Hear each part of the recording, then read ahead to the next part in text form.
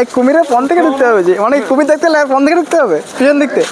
Entry কুমির, সাপ, আরও অনেক কিছু আছে। এটা তো সাপ, দুটা আছে এখানে, দুটা।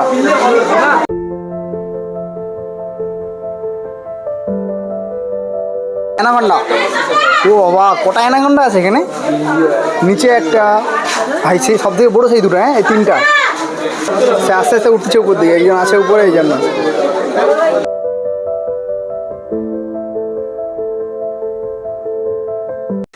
এই দেখতে পাচ্ছেন একটা, দুটা, তিনটা, চারটা, পাঁচটা, ছটা আছে। হ্যাঁ পানিতে নেই, সব উপরে আছে। গাইস আমরা এখন অ্যানাকন্ডা জঙ্গলের ভিতরে ঢুকে গিয়েছি, আস্তে আস্তে করে বাইরে দিয়ে বেড়াচ্ছি, কিন্তু আমরা ম্যাপ ভুলে গিয়েছি। আমাদের গাইডার, এটা হচ্ছে আমাদের গাইডার দেখাচ্ছে। আমরা এখন রপে উঠবো, দেখছেন। চলো, হচ্ছে টয় ট্রেন। আমরা এখন যাচ্ছি রপে চড়তে, রপওয়ে। এই দেখতে পাচ্ছেন নন্দনকানন রপওয়ে। তো চলুন রপে চড়তে যাচ্ছি। এখন বুলেট ট্রেনের কাজ চলতেছে। বুলেট ট্রেনের শরীর খারাপ হয়ে গেছে, বুলেট ট্রেনের শরীর খারাপ হয়ে গেছে, মানে অ্যাম্বুলেন্স নিয়ে এসছে, শরীর সুস্থ করতেছে।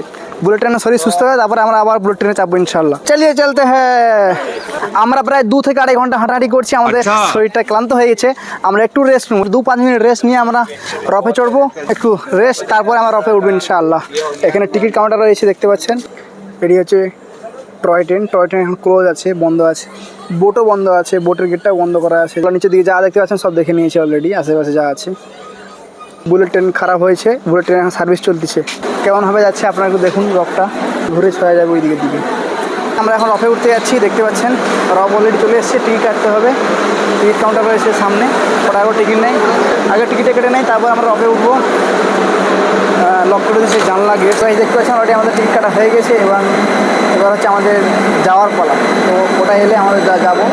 তো আমি আর ওয়াসিম আছি, দুজন এসে যাবো ইনশাআল্লাহ। তো আমরা অলরেডি টিকিট কেটে উঠে গিয়েছি, এবং আমাদের এটা ছেড়েও দিয়েছে।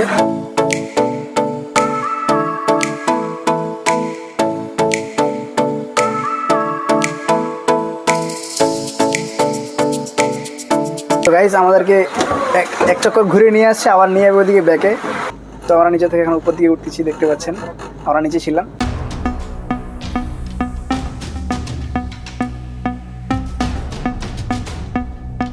ওয়াসিম, রোপে চড়ে কেমন লাগছে? রোপে চড়ে তো অনেক ভালো লাগছে, তবুও একটু তবুও কি ভয় লাগছে নাকি?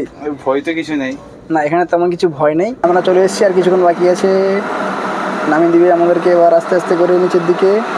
সত্যি বলতে কি, শুরুতে আমি একটু ভয় পেয়েছি, কিন্তু এক মুহূর্তের মধ্যেই সেই ভয়টা বদলে গেল রোমাঞ্চে। উপরে থেকে চারপাশের দৃশ্যটা ছিল অবিশ্বাস্য। ভয় যত বড়ই হোক, সাহস করে একবার চেষ্টা করলে জীবনটা একদম বদলে যায়। আজ আমি শুধু রোপওয়েতে চড়িনি, আমি আমার ভয়কে জিতেছি, আর এই অনুভূতিটা আজীবন মনে থাকবে।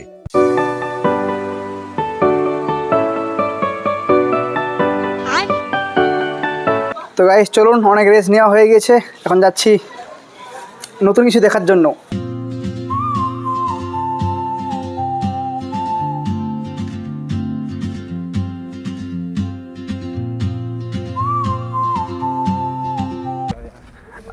এগুলো হচ্ছে নিনজা টেকনিক, এগুলো হচ্ছে, अरे देखिए ठीक है। चला ভালো কিনছি যা। तो चलिए चलते हैं आगे बढ़ते हैं हम लोग। সাদা হরিণ, বাইরেও পাখি, হ্যাঁ ঠিক আছে, সাদা সাদা পাখি, হ্যাঁ খাচ্ছে, হ্যাঁ চাওড়া চাওড়া ঠুটকে না।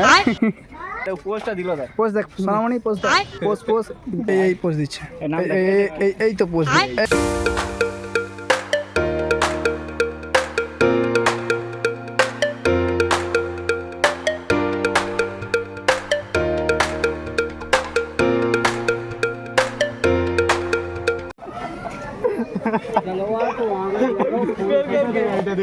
আমরা ঘোরাঘুরি করে এখন যাচ্ছি বাইরের দিকে, এক্সিটের দিকে। সেই ভিডিওটা কেমন লাগছে আপনাদের কাছে কমেন্ট করে জানাবেন।